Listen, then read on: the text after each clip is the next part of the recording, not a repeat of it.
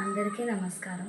శేషిదివసధూసరో గళిత యౌవన కామిని సరో విగత వారిజం ముఖమనక్షరం స్వాకృతే ప్రభుర్ధన పరాయణ సతత దుర్గతి సజ్జన నృపాంగణగత ఖలో మనసి సప్తశల్యాని మే.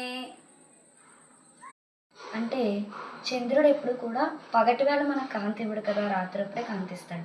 అలా పగటివేళ కాంతి లేకుండా మొత్తం కాంతి హీనుడైన చంద్రుడు, అలాగే యవ్వనాన్ని అందాన్ని కోల్పోయిన ముసలి స్త్రీ, అదేవిధంగా ఒక కొలనుకి తామర పువ్వులే అందం, అటువంటి తామర పువ్వులు లేని ఒక కొలను, అలాగే చదువురాని ఒక అందగాడు, అదేవిధంగా ఎప్పుడు చూసినా ధనం మీదే ఎక్కువ ఆశ కలిగిన ఒక ప్రభువు. అంటే ప్రభువుకి ఎప్పుడు కూడా ధనం మీద అత్యాశ ఉండకూడదు.